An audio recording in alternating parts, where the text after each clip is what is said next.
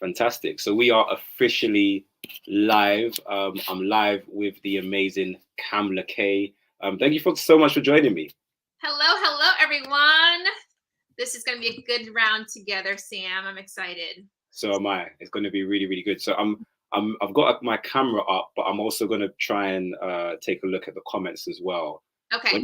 We're not going to be here for a huge amount of time, but this is going to be left on my channel. It's going to be recorded, and people can come back and see it, because this is a new thing I'm doing, which is interviewing some really successful Black entrepreneurs in particular.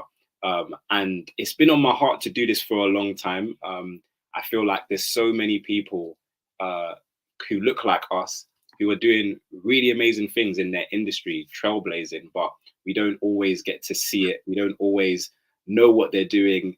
And so this is kind of that. I just wanted to kind of have conversations, just open conversations with people like yourself. So without any further ado, Kamla-Kay, can you tell us a little bit about yourself, what you do, and a little bit about your background, first of all, just to get things started off? Okay. All right. Well, first of all, hi, everyone. Welcome to whoever's joining the chat. So as Sam said, I am Kamla-Kay. So currently I am a professional agency signed model. So I do things such as TV commercials, print work as well. I just did a hand modeling job last night for a pretty big brand. So that was fun. And I'm also a modeling mentor, modeling coach. So when aspiring models have no clue about the industry, or their parents want to get them into the industry, they contact me. I pretty much do one-on-one mentorship just to ensure that they don't get scammed, that they know how to properly develop their portfolio, things of that nature. And then another thing that I do is I'm a posing coach. So when people are a little bit uncomfortable in front of the camera, they don't know what pose to do besides the typical hand on the hip that everyone does, I pretty much coach people through all of the proper posing techniques so that they feel more comfortable on camera. And then last thing I'll say is, prior to starting modeling, I used to be in corporate America. I have a master's degree in marketing and advertising and business administration, but I completely switched gears, but they still all work hand in hand with the marketing with what I do now. So that's quick about me. Fantastic, fantastic. And just for some of you guys who don't know, I've worked with Kamla-Kay. I can't even remember how long ago it was now when you first contacted me, but definitely over a year for sure. It's been a while. Yeah. It's been a while, but it's been nice, kind of like watching your journey as well on Instagram and seeing new posts and seeing the things that you're doing, and the different brands that you're working with, and so on and so forth. What Before we kind of get into the questions that I have for you, is there any brand in particular that, or brands that you've worked with, or things that have happened in your career that has kind of like been like the highlights for you?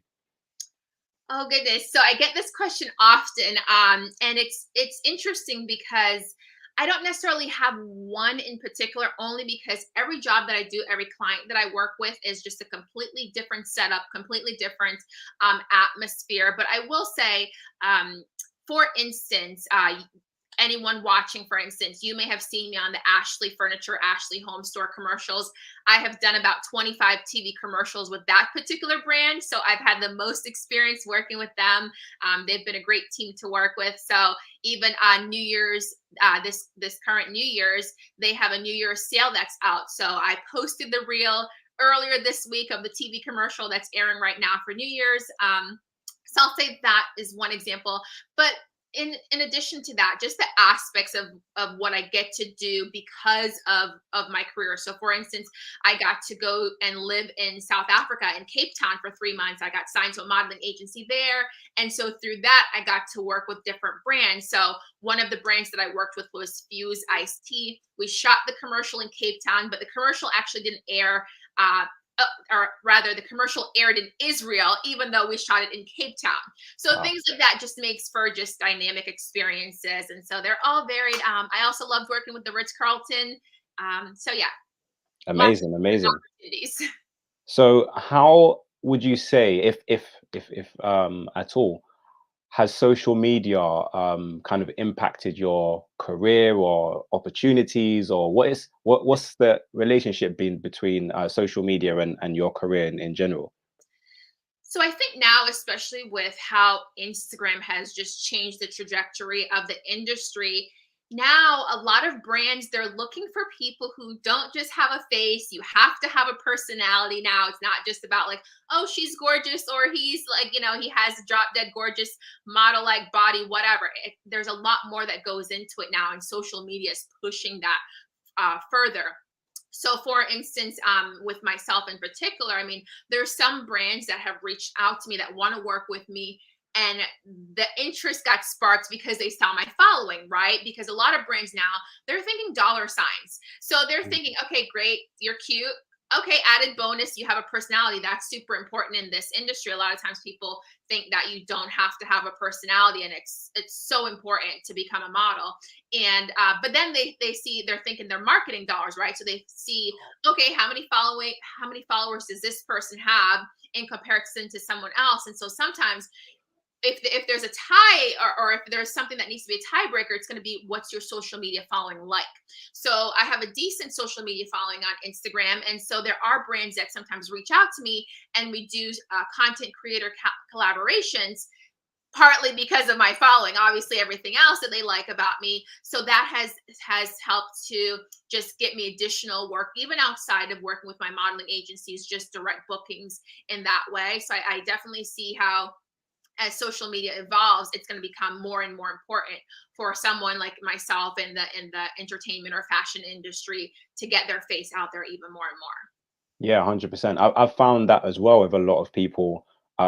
Sometimes we complain and we say, "Oh, people just have big social media followings and they Yeah, actually haven't got any talent or anything like that."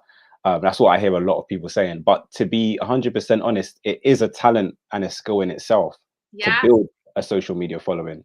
So if you have got like a skill or a product or a service or an idea or whatever it is, there's no point just keeping it to yourself, but you have to kind of learn the skills to building an audience who would be interested in potentially buying into that. exactly. Um, so tell us a little bit about like modeling, because essentially you're not just a model, but you're also a personality, an entrepreneur. What made you want to get into what you're doing now? When I was in elementary school, I always wanted to be a model. I was obsessed with Tyra Banks when I was younger, and so I just like looked up to her career and the potential, right? And so my parents tried to get me into modeling when I was in elementary school. They tried again when I was in high school, and just we got scammed, like just taken advantage of. The pictures Mm, didn't really do much for my career. The agency that we thought was going to be a good fit was not a good fit, and so just fast forward, I went to college, did the traditional thing, right? I went to college, then when I got my master's degree, went and got a corporate job, and then I was in my corporate job, and I thought, you know what, I really want to pursue my modeling before I get much older, and maybe I can't do it then anymore.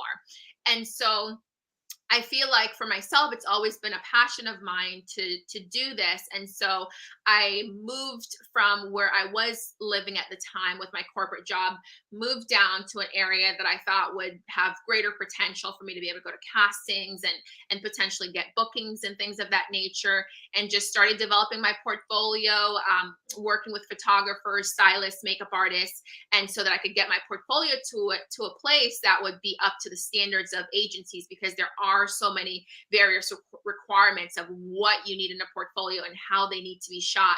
And so then I started submitting my digitals, which digitals are just taken with your cell phone, and then my professional images to agencies, and then fast forward to here now.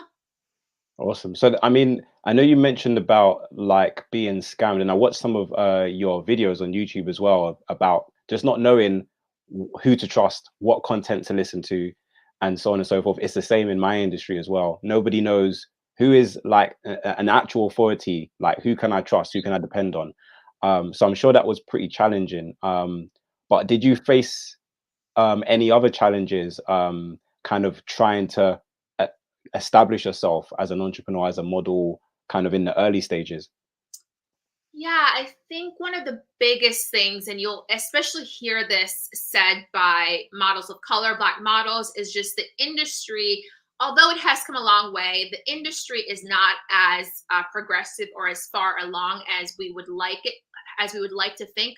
So, for instance, as a Black model, a lot of times I would go to shoots or go to auditions, and you would just automatically know this was then and this is still present day, but you would just automatically know, okay, if they're going to pick a Black model or if they're going to have a shoot with 5 models, most likely only one of them is going to be white and the rest is going to be Caucasian. Maybe here or there they'll pick an Asian model. Or then when we started going natural and started embracing more of our natural hair, and then we would go to auditions and shoots, and we realized, all right, well, there's 30 Black models here, 30 models that now have natural hair. The client's only going to pick one curly haired model, right? So there's just like all of these little things that people may not realize that is still just such a hindrance to our career. Whereas maybe white models, Caucasian models, they don't think about these things as much because, like I said, if there's 5 models on set, it's going to be 4 of them that get the job, right? And then one Black model has the potential. And now even more so, the models of color who are getting picked are the ones that look more mixed, or what the industry, there's a term the industry refers to as ethnically ambiguous. So the models that have the lighter skin, even lighter than myself, and curlier hair, softer hair, even more so than myself, then they still have the upper hand. So it's just challenges like that that have made it harder to progress faster, or at the level that myself or that other models would want to progress, just because of how the industry is present Mm. day. What advice would you give to someone then, who is kind of more of an within, who fits within the ethnic minorities, as an entrepreneur, as a model specifically, because in many fields, there's similar things. In my industry, for example, is predominantly like white males basically, and so it's hard sometimes to push through and get to certain opportunities. So what advice would you give, or what have you learned? What are some of the things that you've learned that have kind of helped you, even as an ethnic minority, to kind of like bypass some of the hindrances that you've mentioned? So I think 2 things, but within the same category. So I think one, you have to be authentic to yourself, not necessarily change yourself to try to fit in the industry. But on the same token, having said that, I do think that we as models have to be adaptable. So, for instance, where in the fashion industry, for instance, a lot of models in the fashion industry, that the clients, they're looking for models with straighter hair, with more sleek hair. Commercial modeling, which is more the lifestyle every day, the ones that have lots of personalities, or the big smiles that you see typically in the ads, like when you go to Target, for instance, those models, it's much more acceptable for you to have the big curly hair, and those are the types of looks that the commercial clients like, right? So it's really important for aspiring models to understand what niche do they want to work in, Mm. and not only what you want to work in, but what do you have to look for? Because there's a lot of people that tell me, oh, I want to be a runway model, and they are the complete opposite of what a runway model would be like in present day times, of what the industry is looking for. So I think you really have to understand what your potential niche is and be able to adapt to that niche, so that you're not the outlier trying to be like, oh, well, I'm going to be the one that breaks this stereotype and breaks this. Well, yeah, it could potentially be you, but you have to go through the parameters and the scope of what the industry is currently like now, and then maybe try to add some changes along the way. So being yourself, being authentic, but also being able to be adaptable, those are the things that I've had to do. So yes, sometimes I'll switch up my hair and I'll make it straight, because I know that the client I'm going to audition for is more likely going to be interested in me if my hair is straight, and I'll just put on a straight wig. But I still maintain as much of myself as possible. And then also, the thing that I mentioned in the very beginning of this live was having personality. If you are Mm. the most gorgeous model in the room, and then you're talking to the client and you're pretty bland, or you don't have much personality, the client's going to pick the second next gorgeous person that has Mm. personality over you. So that's super important. So what advice would you give? Because I know you mentioned personality, but there are some people who are like naturally introverted. So what advice would you give to those kinds of people, those kinds of models or entrepreneurs who might be in certain scenarios where they need to either be picked for something, or they need to be chosen, or they need to kind of, like you say, show their personality? Do you have any advice around that? So I think as with anything else, there may be things in my career or even just in my personal life at home where you may not necessarily want to do something, but you know it's in your best interest to put forth that effort and to try. So I think Mm. sometimes it's not always that it comes natural. It's just you putting in the work to get to that point, right? So doing the exercises. So like a simple thing, when you're out sometimes, are you someone that you would go up to someone and introduce yourself, or are you too shy to do that? So a baby step, you're at an event, you're at a work event, and you're the one that's standing in the corner because you're a lot more introverted.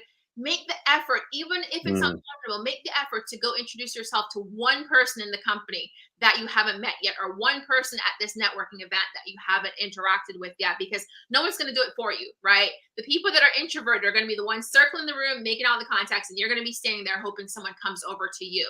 So just Mm. little things like that. Something basic. There's a lot of people who they're so shy, they're more into being by themselves, what have you. So you would never see them go to lunch by themselves because they're thinking, oh, people are watching me. What are people thinking? Make the step, go to lunch, even if it's like to Panera or whatever random place, like a sandwich shop that doesn't seem as intimidating. Go and find like one place, go to lunch by yourself, because those are the things that are gonna help you get out of your shell a little bit. And it's not to say that Mm. you do have to have this big bold personality now all of a sudden, but little things like that will just help get you more comfortable in those uncomfortable situations so that you find ways to just stand out, even if it's just for 30 minutes for you to do what you need to do for that project or to land the deal. Yeah, I agree. I'm naturally an introvert. Yes, I So know that. yeah, so I think for me as well, being in a networking environment or in an environment where I have to present or something like that, it's something that I've had to really practice Right. over the years. And sometimes it's just like you say, like just literally just being purposeful. Because if we're just in our normal state, then we're going to be introverted if you're an introvert. But you have to consciously go to these events with that mindset of actually, I'm going to go out there, I'm going to be the talkative one, and I'm going to get those opportunities. My last question before we finish out, I know we've got a few people watching live, so if anyone has any questions, please do drop them in, and I'll try and add that as well. But it's really interesting because I wanted to get my cousin on as well. Hopefully, I can get her on at some stage. And she's a Black entrepreneur, and I wanted her to touch on some topics. And she was willing to, but at the same time, she was worried about getting potentially stigmatized or cancelled Hmm. speaking about certain issues, um, what it's like being a Black entrepreneur.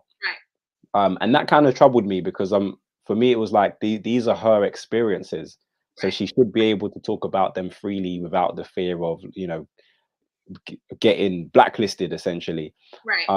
And so I kind of wanted to speak about your experiences as a Black entrepreneur, a Black model, um, but also in a way that is is comfortable, and it's really awkward that I even have to say that. We should be able to just talk, Exactly. Be and be ourselves, open. right? Like everyone Yeah, else is able to be themselves, right? exactly, exactly. But what has your experiences been like, both positive and negative, being in the industry as a Black female, and as just a Black entrepreneur in general in the modeling industry?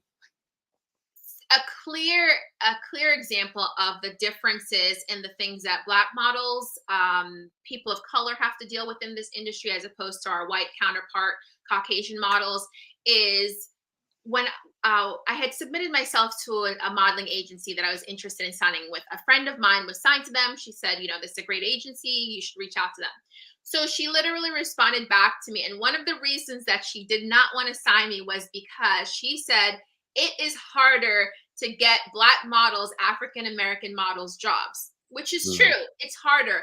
But the fact that she's not willing to invest that time because it's too much work for her just shows part of the problem. One, it shouldn't be too much work for you because we should all be given the same opportunities. But two, now you as a modeling agency, you're perpetuating that problem by not being willing to make the change. You're saying it's a problem and I'm okay with it, essentially, by mm, not wanting to work with additional Black models, right? So that was a big wake up call when I was starting out my career, and even now, just realizing that when I go to a modeling agency's website, if I see what they refer to as too many black models on their website, then I'm thinking, okay, well, it possibly means that I won't get signed because there's already Mm, someone that has my look. When they say someone already has your look, they mean we already have another black model with curly hair, right? So I think that has things like that has been the biggest challenge. Is also something else that you'll hear models talk about all the time. Even Tyra Banks has talked about this. Naomi has talked about this. A lot of huge supermodels have talked about this. Is when we go to work, let's say that it's myself at a job and another model at the job, and the other model is blonde hair, blue-eyed model, right? Blonde hair, brown eyes, whatever, but a white model, right? Oftentimes she gets to show up to work. Like, let's say that our call time is 8 o'clock. We both show up to work at 8 o'clock. Often, though, the difference is when I show up as the black model, my hair is already prepared for the day. My hair is either in a wig or it's twist. My natural hair is twisted, and then once I get to work, I'm gonna be finagling my hair on my own, or I've already done it before I got to work. Whereas the white model, she can show up with hair that just literally got rolled out of bed, and there's going to be a stylist there. There's going to be a team there that's going to know exactly how to comb her hair, that's going to spend 45 minutes combing her hair. Whereas black models, especially black models with curly hair, oftentimes either the morning of the shoot or the night before the shoot, we're spending 45 minutes, an hour, sometimes an hour and a half before the job preparing our hair the night mm, before, because we know as black models that there's a very good chance that when we get to work the next day, the client has not hired a hairstylist that knows how to comb black models' hairs. So mm, things like that, that it's just well known in the industry. It's talked about, but not talked about enough. And there are so many clients, like I can count literally on one hand in all the years I've been modeling where I've been to work and the stylist knew exactly what to do with my hair. The majority of the time, I go to work having my hair done myself, or I do it when I'm on the job. So just things like that have been major challenges. And it's unfortunate because a lot of clients, they don't even realize it. And when it's brought up, it's sometimes we're seen as the problem model because we're mm. making things difficult, right? So I would say those are huge challenges. Interesting, interesting. I mean, if we had more time, we would go into it in more depth. But a huge thank you again, Kamla-Kay, for joining us. Some great insights. I think sometimes even myself as an entrepreneur, as a black entrepreneur, and those of you who are watching live, those who will watch after the live, like it's really good to look at what somebody else is doing, even though it might be in a slightly different industry to you, because success always leaves clues. Mhm. And so it might not necessarily be exactly aligned to what you're doing, but it's going to leave clues in some way, shape, or form in terms of what you can do to better what you're doing in your business, especially if you're an ethnic minority. Some of the themes raised in this video will hopefully reign true and resonate and help some people out there as well. So the question that we've been getting, we got Samuel Nahil and we've got Menho as well, who've been asking about gaining followers. And you've done a really great job on Instagram. So maybe we can end off with that. Any tips on how you've managed to grow your Instagram, your following, your audience, and also how other people could potentially do the same as well? So I'm going to talk about how to grow your Instagram following now, because when I started my page and I grew my following, those methods. First of all, never buy followers. I never bought a single follower. I didn't encourage it then, and I definitely don't encourage it now. It just catches up to you. You can tell oftentimes, and just not a good thing. So don't buy Instagram followers or followers on any platform. When I first started my Instagram page, it was just naturally the platform was building up, right? So it was just a lot easier to get new people to see your content, right? Instagram's algorithm was completely different and things didn't feel as restrictive. So a lot more people were shown our information. Now I don't feel like as many people are shown our content, and so you have to do a lot more work for people to see it. So the way that Instagram is working currently in terms of growing followers is Reels is a really big thing. And the reason for that is Instagram literally came out and they talked about how they're transitioning from like a photo platform to more of a video platform. Why is that? We all know they're trying to compete with TikTok. So in order to compete with TikTok, which TikTok is all video format, Instagram now wants us to focus on video format. So if you're someone that you're still posting 90% photos and you're posting one video every month, it's going to be extremely hard for you to grow on your Instagram. So you need to be doing reels. They also want you to be going live on your Instagram page at least once a week, which I need to get better at that, even myself. Going live once a week, doing an IGTV, but reels is the thing. So you need to be posting several reels per week, and you'll notice how often your reels will get a lot more views than your photos will get likes and things of that nature. So that's the way that they're really pushing for you to get followers right now. When you do reels, try to use trending songs. Don't use a song that maybe from 1950 that no one is using right now. So make sure that you're using trending songs or trending audio, and also use hashtags, but your hashtags have to be very niche, very specific. So look at what the reels are within your category, see what hashtags those people are using, and come up with ideas via that way. Also, so besides like the video content, the last tip that I'll make in this regard is you need to be going on other people's pages of your ideal followers. So let's say that you're in the fashion industry and you have ideal followers that are also in that space. You want to make sure that you're going on the other people's accounts, commenting, interacting with them and their audience as well, because they're going to see, oh, all the, Kamla-Kay, she's always commenting on my page, posting on, helping out my audience as well, answering questions, whatever the case is, just being cordial, friendly. So they're going to be like, oh, who's Kamla-Kay? Let me click on Kamla-Kay's profile. And now I'll potentially get a new follower, or I'll get new followers from their audience that saw my comment, right? So you want to be engaging on other people's walls and then also doing that video format. So hopefully that's helpful. Some great tips there. I've really seen reels help a lot of the clients that I'm working with, and even helping to grow my Instagram following as well. So yeah, some really great tips there. Thank you so much. I've put your Instagram on the screen at Kamla-Kay. But where can people find you? Your YouTube is also in the description as well. Where can people find you? What are you working on at the moment that people should know about? Yes, so pretty much on all platforms, TikTok, Instagram, YouTube, my website, everything is KamlaKay.com, Kamla with a K. So KamlaKay.com or at KamlaKay on all my social media channels. And so if anyone goes to either KamlaKay.com/links or just go to the URL in my bio, it'll take you to a page on my website that showcases, like I have free downloads for people who are interested in learning about posing. If you need a posing guide so you can get better in front of your pictures, or if you need tips on how to become a model or how to get your child into modeling, all of those free downloads are on my website. And I also do private one-on-one coaching for people who want that one-on-one time. So those are the things I'm working on. I'm working on some courses as well, based on the content that people keep asking me for. So if you just check out my social media channels, there's tons of free content on there, and you can't beat free. And if you want to have some additional one-on-one time as well, those we can discuss for consultations. Fantastic. I'm going to put all of those details in the description as well. Thank you so much, Kamla-Kay, for coming on. It's always a pleasure. You're an easy person to talk to, and you give some great advice, some great tips. I'm following your journey on Instagram, and my followers, hopefully now after this video, will be following your journey as well. And hopefully we can get you on again at some point as well. But yeah, it's been an absolute pleasure. Make sure you guys go and check her out on Instagram. If you do have any questions that we didn't get to as well, then you can hopefully pop those to her on Instagram. But yeah, it's been a great live, and we will see you guys soon. Thank you, Sam. Have a good day. You as well. Bye, everyone. Take care.